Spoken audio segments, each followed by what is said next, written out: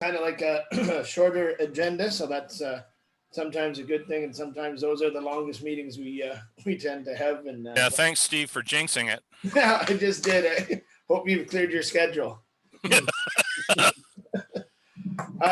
So I will call this meeting to order, and I will ask for an adoption of the agenda. A mover and a seconder for that.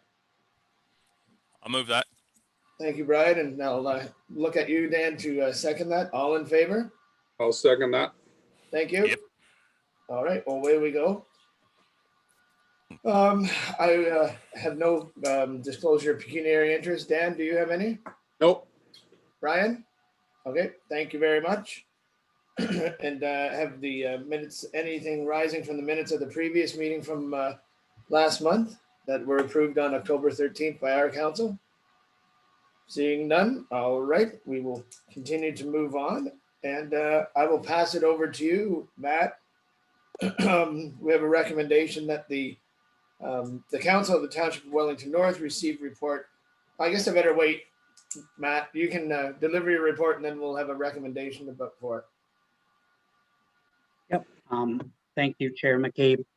So the report that is before you has to do with the current stream of the ICIP funding applications that's out there, and it has to do with COVID resilience. Township staff are putting forward that we would put in 2 applications. One would be for trail enhancements, and I think the idea there would be to focus on the active transportation stream of the application. And the second one is to, again, start to pick away on some of the Arthur and area community center projects that are out there, and specifically the ones identified would see an expanded front entrance and see expanded locker rooms, which I think we feel fits well in with the COVID situation, as far as creating less touch points and creating more space for people to interact in our facilities. Also worth noting is that the Arthur and Area Community Center application would be about a $1.4 million application. So as part of the 2021 budget, if approved, staff would be putting forward the balance of those monies, which would be, in the neighborhood of say $450,000 that the township would need to chip in, and then the federal government and the provincial government would put forward the additional funding through the ICIP application. So yeah, appreciate Tom and Mandy's input as it relates to generating this report, and certainly willing to take any questions that anyone might have. Councillor Milne or Councillor Yake, do you have any questions for Matt with this report? Go ahead. Well, I think it's a good idea that we're looking at 2 applications. I think that's a good way to break it down. Hopefully that it'd be wonderful if we were successful in both. But one would certainly be nice as well. Did I just read recently, maybe this week, that the Ontario government was putting out another stream of funding up to $1 billion, and recreation was included in that? Is that the same program, or is it a different program, or am I dreaming? Yeah, Matt, go ahead. Through you, Councillor McCabe. I do not know the answer to that. Member Yake, unfortunately, I can take it as a note and I can try to find out on my end, but Mike looks like he might know. It's the same stream, Councillor Yake, but what the announcement did clarify was that the COVID stream, the province and the feds have negotiated that the breakdown would be 80-20. So if a successful application potentially could be fully funded. Okay. That came out either Thursday or Friday of last week, and it was really only AMO that made the announcement. It hasn't formally been announced by the partners yet, but it's the same stream, but what they have been negotiating is the breakdown. Okay. And my understanding is it's 80-20 potential. That's the federal provincial breakdown would be 80 feds, 20 provincial on successful applications. Now, there's always some wiggle room around that, as we can all imagine, but that was what came from AMO on Thursday or Friday of last week. So it's not a new program. Okay. So if I might, Mr. Chair, course. Mike, when you say 80-20, does that mean for the entire project, or is that just the upper levels of government's share is split 80-20? No, for my reading, Brian, was that it was actually based on projects. So potentially, and the way the report is written, I think is good, because there's always, there may be certain parts of the project that they will say are ineligible. So the township would be responsible for those costs. But my understanding is potentially you could submit an application and 80% would be covered by the federal government and 20% would be covered by the provincial government, which would be great. Yep. But yeah, that was kind of what they've been waiting for outside of the application deadline. Was what we were all kind of waiting for, was what the breakdown was going to be as it related to the contributions. Right. Well, I can't imagine that program being oversubscribed. I do have, oh, sorry, I'll let Dan go ahead. Well, I just, again, in that announcement from last week, weren't the timelines really tight too, again, as usual?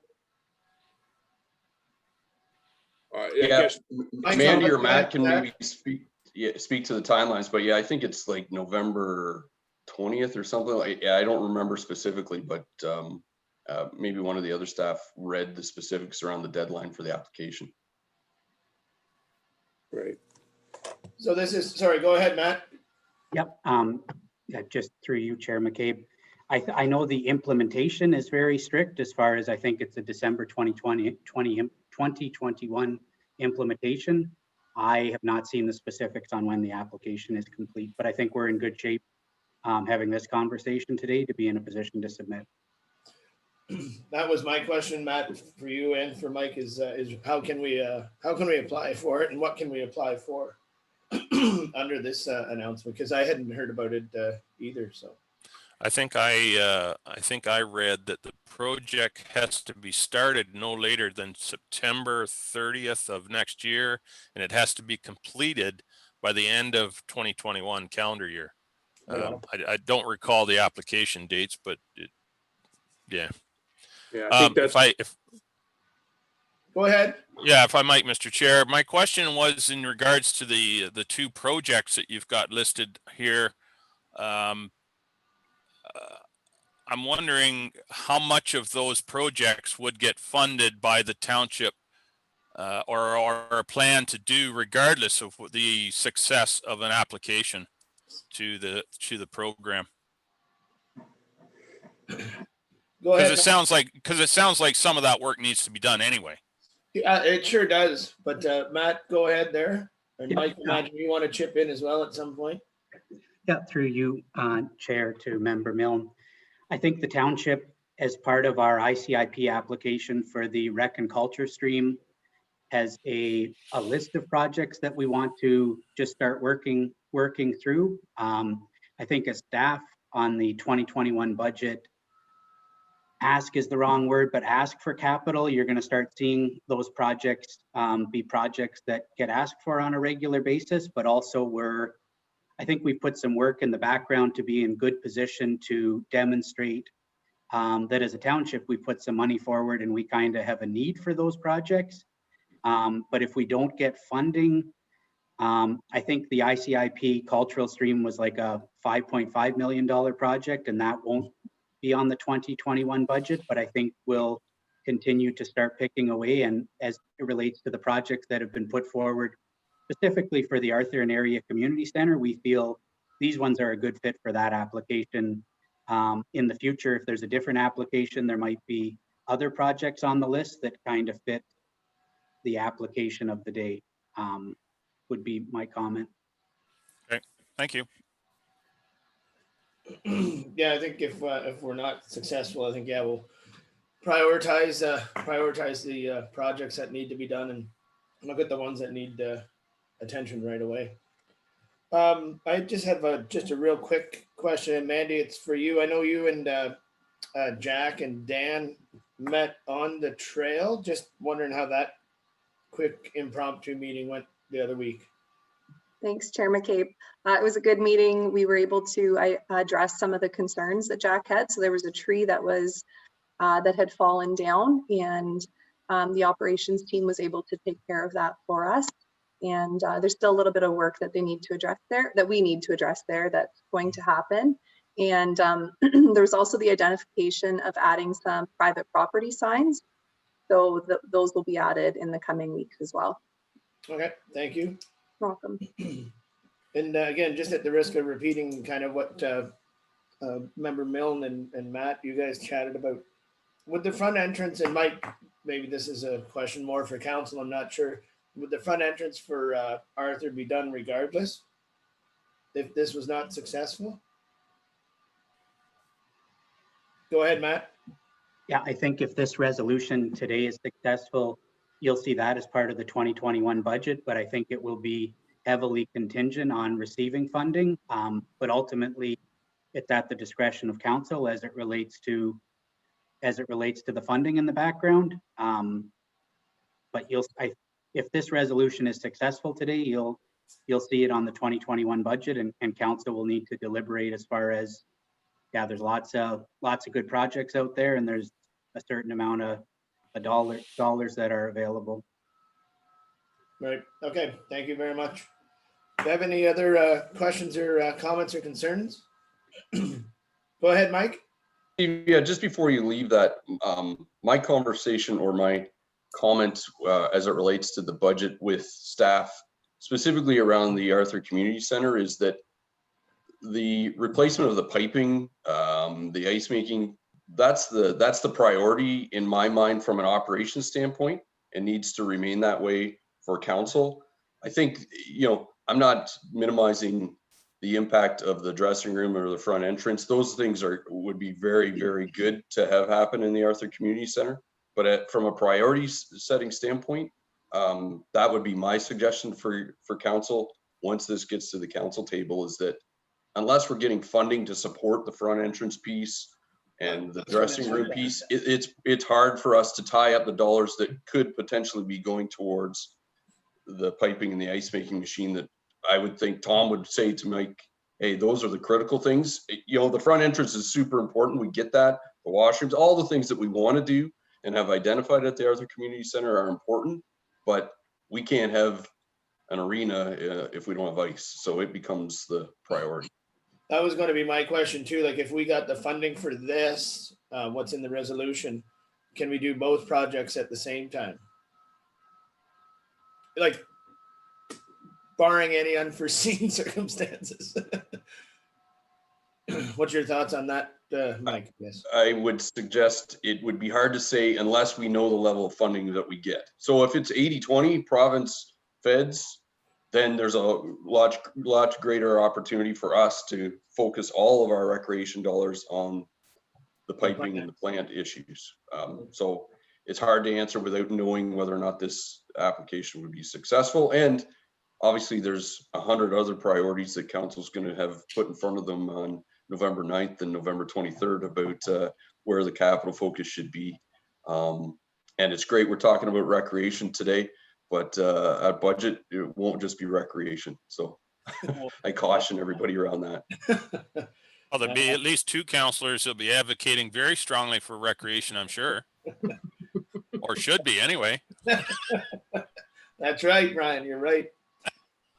If there's no more questions or comments, Tom, did you want to chip in, or are you any? Oh, Mike said it. I'd like to see all the stuff in Arthur done. I'd like to see a new floor, new roof. I'd like to see the front entrance done. But that's not up to me to decide. So when we get the dollars, we'll get that stuff fixed. All right, sounds good. Thanks, Tom. Well, I have a resolution here in front of me. OPS 2020-030 ICIP COVID-19 Resilient Stream recommendation that the Council of the Township of Wellington North receive this report based on the ICIP COVID stream, and further that the committee recommend to council to approve the following project for submission for the stream: A, front entrance and change room hallway upgrades at the Arthur and Area Community Center, and B, trail upgrades to support active transportation, and further that the committee recommend council acknowledge these projects, if approved, through the ICIP COVID-19 stream and would require township financial contributions. Do I have a mover and a seconder for that? I'll move it. Thank you, Dan. All I'll right. second it. But just a question first, Mr. Chair. I'm wondering in that last and further that statement, would it be better to say the COVID-19 stream may require township financial contribution? Because as we discussed earlier, it could be an 80-20 split between the feds and the province, and there may not be any requirement for township contributions.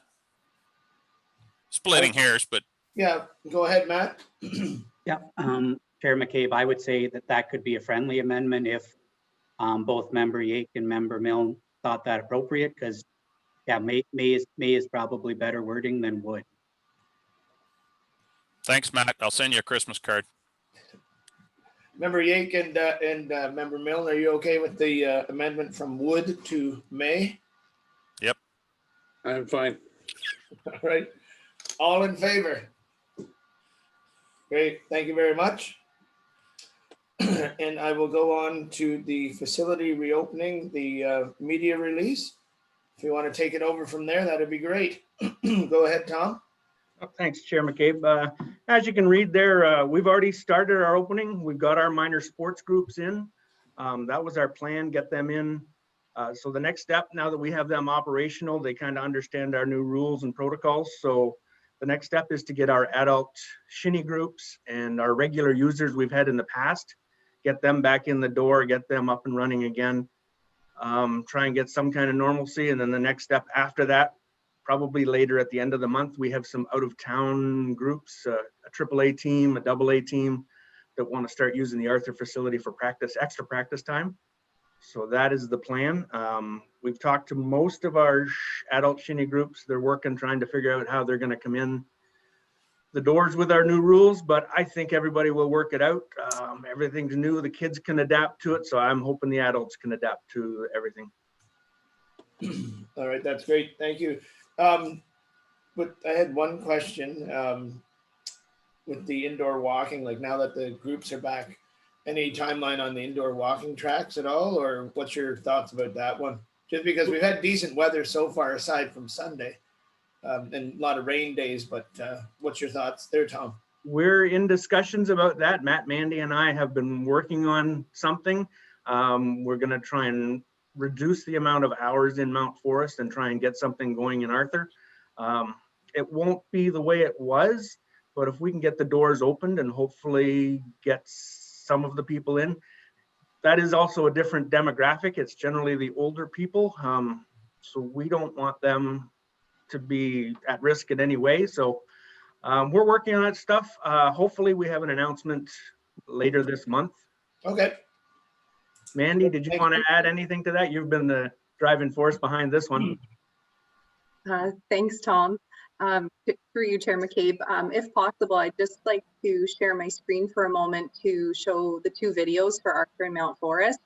Tom's team and I worked, and Tasha worked to create these videos just to kind of give a snapshot to our renters, our adult renters and our regular users as to how they're going to be entering and walking through our facility. They're about a minute and a half, a minute and 45 seconds. Would that be? Sure, absolutely. Okay. Great. Just let me know when you can see the screen there. Yep. Okay, so I'll start with the Mount Forest one.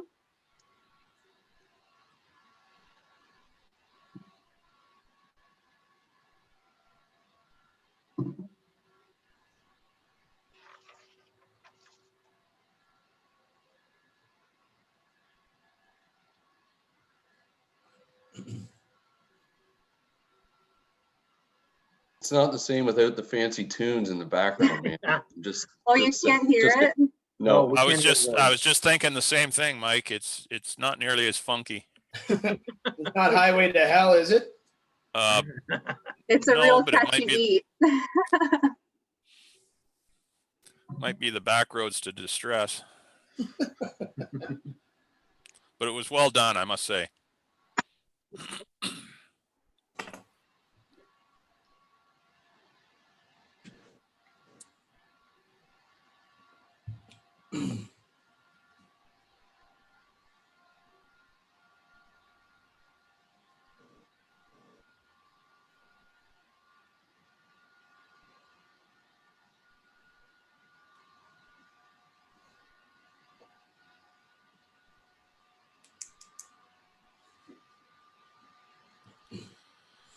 might I ask a question, Mr. Chair? Absolutely, please go ahead. Mandy, I was just wondering in the reference there, it said dressing rooms 1 to 3 use the one exit and 4 to 6 use the other exit. Does that mean when a team comes in to practice, and I know it said a maximum of 10 per dressing room, does that mean that, you know, one team will be spread out over the 3 dressing rooms? Is that what that implies there? So through you, Chair McCabe, I will defer this to Tom. Good Okay. answer. Through the OMHA, minor hockey teams are only allowed to have 9 to 10 players per team right now. That's their COVID policy. So we've kind of aligned with that. Sometimes we'll have 2 of those teams on the ice, which is a maximum of about 20 kids. So it all kinds of aligns for them, and they have been able to work it out. So it's been great for both sides here. I see. Okay, thank you. And sorry, again, through you, Chair McCabe, to you, Member Milne. You'll notice when we play the Arthur and Area Community Center video, it's slightly different in terms of the change rooms, just because of the size of the change rooms in Arthur and Mount Forest. So, Okay. again, sorry, there's no fancy music. That's all right. It's in my mind. I can hear it. I can hear it playing. I can imagine Dan is probably standing up dancing or something like that. The visual that maybe we don't want, but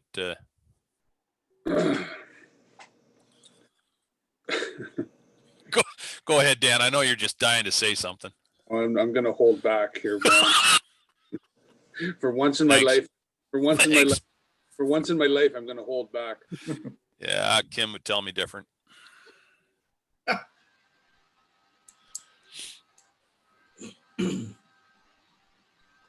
Have we put this out on all social media, Mandy, or just on YouTube? Because I don't think I saw it on Twitter or anything yet. Not yet. We currently have it as an unlisted video on YouTube, so people with me are able to view it.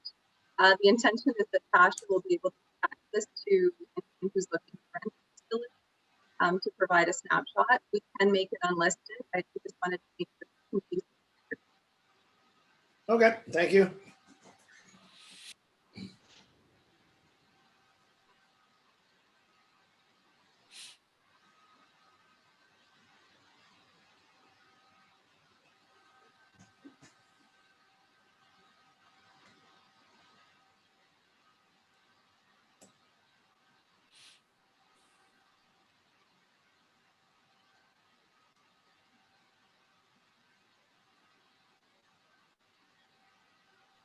Good deal. Thank you for those. Those are well done. Thanks, Mandy. Thank you. Mm-hmm. Good job. Any further questions about the facility reopening? Just one for Tom, perhaps. I note that the lobby is closed in both facilities. Does that mean that the participants would not have access to the pop machine or whatever they call them now? We're limiting it. If someone needs a drink, they can go get a drink. We don't want spectators standing in the lobbies. We've tried to move everybody up into the stands where they can spread out better. In the lobby, Right. People are going to be too close together. Right. So we've kind of blocked them off. We're not saying no to the bathrooms, and we're not saying no to the vending machines. We just don't want people congregating in the lobby. So that's Sure. the best thing for us. Yep. Okay. Thank you. Go ahead, Dan. How's the monitoring of everything going from your end? Like you and your staff, like, is it getting easier or is it difficult? What's the situation? They're getting accustomed to it. It's a different feel. Like we said, the lobby, they don't have to clean the lobby as frequently because we're keeping spectators out of it. They have more time to sanitize dressing rooms. We have some extra cleaners that come in daily for 4 hours. We've hired them through Ontario Works program. So they've been disinfecting in the morning, doing the dressing rooms, doing the lobby, doing the entranceways, players' benches, that type of thing. So they're clean and disinfected before the night ever starts. And then our guys do that as the day goes on. Sure. So there hasn't been a whole lot of stress. There's been a few hiccups along the way. And we expected that. We expect it with the adult groups too. There'll be some hiccups, but as long as we can work through them, it'll be fine.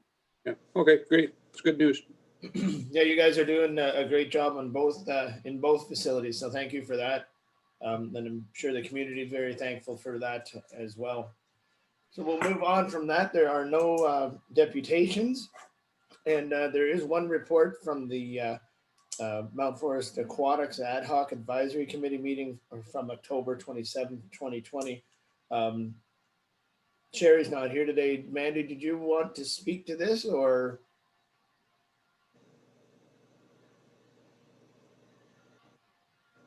Or Tom or Matt? Yep. Yeah, through you, Chair McCabe.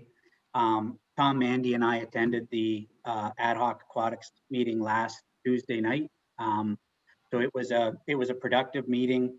Some of the notes that I wrote down just to cover with this committee is there was a report that went last week that explained there still is a splash pad funding gap. At present, that gap is about $2,500. There's still some signage that needs to go in at the splash pad and some fencing. But the conversation was really that once we get to that finalized number, the Lions Club, I think, is committed to funding that funding gap, if you will. But we talked about a number of probably about 6,000 we expect it to be when all is said and done, just when we get some of those upgrades. There was a report that Mandy really spearheaded as it relates to trees for donations. And I think that was well received. And the committee asked if staff would just look into different locations and different species. So I think it builds on the report that we at this committee went over 2 or 3 months ago. And it tries to add more detail to that so that they can go out and actually, I don't know if it's a blue spruce in location A and that's a $750 donation, but I think as staff will be working on putting together some of that information for that committee. And that's really fundraising for the pool. Because the fundraising as it relates to the splash pad is really a Lions Club thing at this point. And I think the trees piece is really just the start of a larger conversation the township staff need to engage the aquatics committee in as it relates to coming up with a fundraising plan for the pool. The committee has really suggested that when they do we're hopeful that we can do the grand opening for the splash pad, say in the spring or early summer of 2021. And that really will become the kickoff for the pool fundraising campaign. I think there's lots of work that needs to be done before we get to that point so that we have sort of a fundraising program that we'll have to work with that committee on. And the only other comment I had down is that committee is looking, or there's opportunity based on the new terms of reference for that committee to have some new members. And I think we'll see in a future rec committee meeting that the aquatics committee will be putting forward some candidates for new membership. So if there are people in the community that that would be interested, probably talking to Chair Burke would be a good first step. But I think the committee understands that there's opportunity for more members, and we're hopeful that there'll be a recommendation coming to a future committee meeting of this committee just to give endorsement for some new members. How many members are you looking for, or to replace, or brand new ones? Off the top of my head, 2 to 4, but I'll defer to Mandy because Mandy probably knows a better number than I do. Thanks, Matt. To you, Chair McCabe, we're looking for 3. So we do have 1 name in the recommendation on today's agenda, and then an additional 2 more members. Perfect. Thank you. Any questions from Dan or Brian? I have a question regarding the splash pad usage. The number of liters of water there. Is that kind of where you thought you'd end up for the season, or were you anticipating a lower number or a higher number in terms of water usage? Go ahead, Tom. I thought we'd use less. I think it was because it's the first full year, we had a lot of people using it. Our pool wasn't open. So I think our volume of water was higher than it probably will be next year, provided everything changes a little bit here and we get our pools back open. And that's the way it was in Arthur when we opened the splash pad there. The first year, the volume was much higher than the average will be. And is that usage sort of in line with the industry standard, I guess, if there is one, or what the manufacturer anticipated? I'm trying to get a feel for, is that, well, I guess you have kind of answered that. I mean, it is higher than what you anticipated. Yeah, we anticipated a little less. It's over by probably 20%, 25%. So I think it will go down that much next year because of the novelty wearing off. And it's a couple, 2 or 3 years, and we'll get an average on that. We're also going to try and change. It's a new system. It's different than Arthur's. We're going to change some of the flow and how many features are on at one time. Next year, we can reprogram it. So we're going to try that. Everything's as it's new, and we'll try and figure things out and get it more efficient. Great. Thanks, Tom. I did hear great things. I guess there was a few people from Southgate that ventured down to use it, and they quite enjoyed it. Thank you very much. For the kids, Brian, Brian.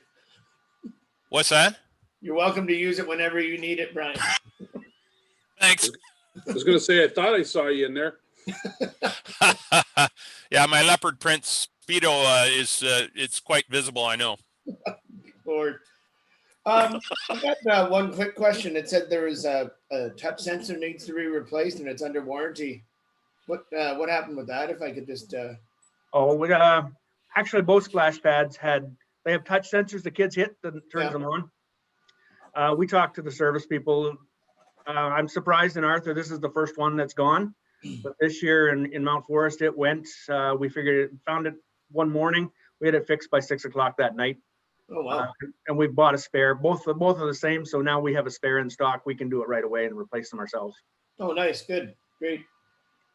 And then just with regards to Bill Moody finding that drain, does that drain just go to the street drain, or has anyone followed up on that to see where it leads to? Just as a curiosity more than anything. Matt, go ahead. Yep. Chair McCabe, at this point, we've just found the catch basin. There is a pipe that leaks from it. We have not sourced out where that pipe goes yet. Our plan and potentially part of our 2021 capital budget would have a little bit of money to maybe install some tile drains there, but I think we believe the pipe goes somewhere as it relates to probably to a road storm drain, but we have not sourced that out at this point. But kudos to Nick Brock actually for finding that buried under the grass, and I do think it gives good opportunity to have an outlet that can suck up a lot of water. Okay, thank you very much. Any other questions with regard to the Mount Forest Aquatics Ad Hoc Committee? Seeing none, I have a recommendation moved by, I'm going to say, Councillor Yake and seconded by Councillor Milne, that the Recreation, Parks and Leisure Committee of the Township of Wellington North receive the minutes of the Mount Forest Aquatics Ad Hoc Advisory Committee meeting held on October 27th, 2020. And that the Mount Forest Aquatics Ad Hoc Advisory Committee recommended to the Parks and Leisure Committee that Larissa Lamont be formally added as a committee member. Any questions or comments about the last piece at all? Seeing none, all in favor? Thank you very much. And I'll move on to you, Mandy, with the updates from the BMX skateboard park. Thanks, Chair McCabe. So on November 26th, the Arthur Lions Club is looking to host another chicken barbecue fundraiser. So as tickets become available, be sure to get yours. They received a $2,000 donation from Whiteman, which was greatly appreciated. They are still working on fundraising for the project. And myself and Councillor Hearn are working with Mr. Cox to try and get into his grade 6 class again. It's a little bit different this year. We're looking at using Google Meet instead of being able to physically go into the school. And again, that's just to connect with the grade 6 students, be able to build enthusiasm and engagement, and keep them motivated around the project. Very cool. Thank you very much for that. Any questions with regards to what Mandy just told us? All right, seeing none, we'll move right into the wayfinding signs, recreation, and amenities. I guess I'll put that back to you, Mandy. Thank you, Chair McCabe. I'm going to share my screen again here for just a moment. Yep. Okay. So on October 14th, I was a guest at the Arthur Chamber of Commerce meeting and the Mount Forest Chamber of Commerce meeting. We presented 3 different styles of signs and received feedback from those 2 groups. What we've decided on at this point, or what we're putting forward, I guess, at this point, is the shape to be similar in both communities, the design to be similar as well, but it would still be reflective of the community branding. So in Mount Forest, it has the new logo from the gateway signs, the Simply Explore, the green color. In Arthur, it has the Most Patriotic Village with the poppies and the red. The wayfinding signs will have arrows in circles, making them more bold to stand out. And we're going to be limiting the number of words per sign just to make sure that it's readable while people are driving. So this sign has 7 lines. We'd likely lower that to 4 or 5 just to make sure that people can read it as they're driving. These will be placed strategically throughout our community, so likely at Highway 6 and Frederick Street, Highway 6 and 89, in Mount Forest. In Mount Forest, we're also looking at adding one in the downtown, either at Highway 6 and King or Highway 6 and Wellington, directing people to the splash pad, the ball diamonds, and the soccer field. So really, we're planning to sign to destination so that when people are coming into our community, they see the first sign and they can follow it through to the second sign and then arrive at destination. Excellent, thank you. Any comments or ideas about these signs, Brian or Dan? I like them. I like them a lot. I think they're well done. I think the idea of making them similar but specific to the community is a great great idea and a great accomplishment. So good job. Thank you. I think they're good too. I think the idea of less is more typically is a good way to go. So no, they look good. Nice job. Yeah, I think they look good as well. And then, like you said, Dan, limiting the number of lines, and Mandy, you did as well. And then maybe making the letters a bit bigger for ease of read is great. And I love the signs of it, and I love how they're separate, but yeah, still similar. So great job, great coordination with that as well. I know there's I sat in when Lisa couldn't sit in on a meeting with both chambers, and it was interesting trying to get a consensus for what the sign should look like. So well done. Thank you very much. One question, if I might, to Mandy. What process will you use to determine what goes on the sign? Is it going to be exclusively township facilities, or could it include, I don't know, the Legion as an example? Hospital. Hospital, yeah. So through you, Chair McCabe. So just to begin with, we're going to be focusing on recreation amenities. However, we are entering this in partnership with the Economic Development Office. So we're also looking at adding municipal parking in the downtown cores to try and promote some of that. But to begin with, we are going to focus on the recreation amenities and then look to see how much space is available per sign and see what else we can add. Okay, very good. Thank you.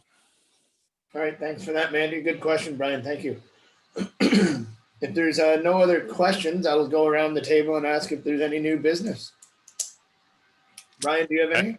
No, I don't, other than to say congratulations on getting the arena up and going, and I'm sure everybody's looking forward to getting back on the ice. I think you're right. Councillor Yake? Oh, I'm good. Just once again, just a thank you to all staff involved in getting recreation back up and running and keeping it running the best of your ability, and just keep up the good work. Thanks.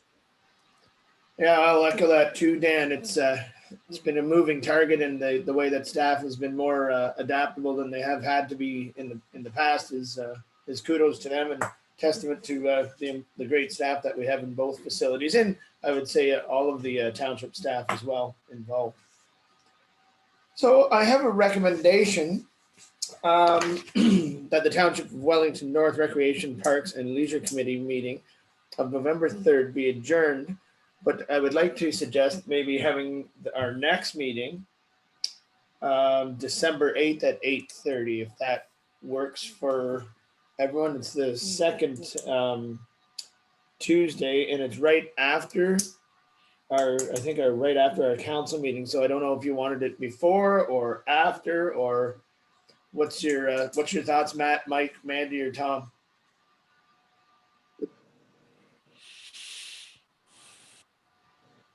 Go ahead, Matt.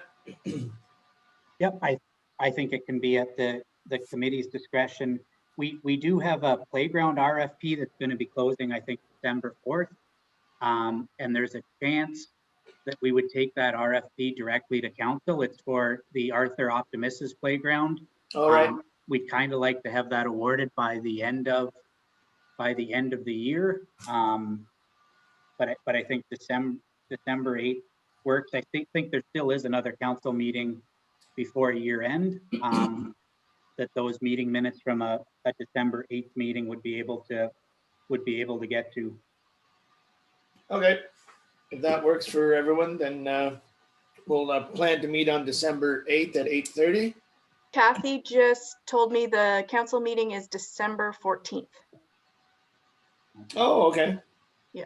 Okay, I'm sorry, I have it wrong in my calendar then. So I had it on the 7th and the 21st. So I guess it's the 14th and the 28th. Is that right, Tasha?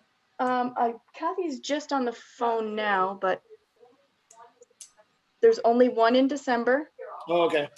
Karen's gonna pop in for us. Okay, thanks. I must have it written. Sorry. Down. Go ahead, So Karen. there's a meeting November 9th, November 23rd. There's only one meeting in December, which is the 14th. Okay, well then that RFP can come to the December 8th meeting of the rec, and then we can take it to council on the 14th then, I suppose. Go ahead, Matt. It just might be a challenge for staff to evaluate them from December 4th to December 8th, but staff can work towards that, and it might be something as far as an addendum that goes out late. But I don't want to commit us to the 8th, because it kind of is a function of how many proposals we get in, because there's an evaluation process that goes on. But we can work towards that December 8th, and that's the preferred method for us, is to bring it through this committee. So we, that'll be what we're working towards. Okay, and if not, like you had said before, you might bring it right directly to council as well. So that'll imagine work either way. All right, so we will meet on December 8th at 8:30, and I have a recommendation moved by, I'll say, Councillor Milne and seconded by Councillor Yake, that the Township of Wellington North and Recreation Parks and Leisure Committee meeting of November 3rd, 2020 be adjourned at 9:14 a.m. All in favor? Thank you very much, everybody. Have a great Good day. day, Thanks for folks. joining us. Thanks for taking the Yep. time. Be well, and Yep. we'll talk to everyone later. Good job, Mr. Chair, keeping it moving.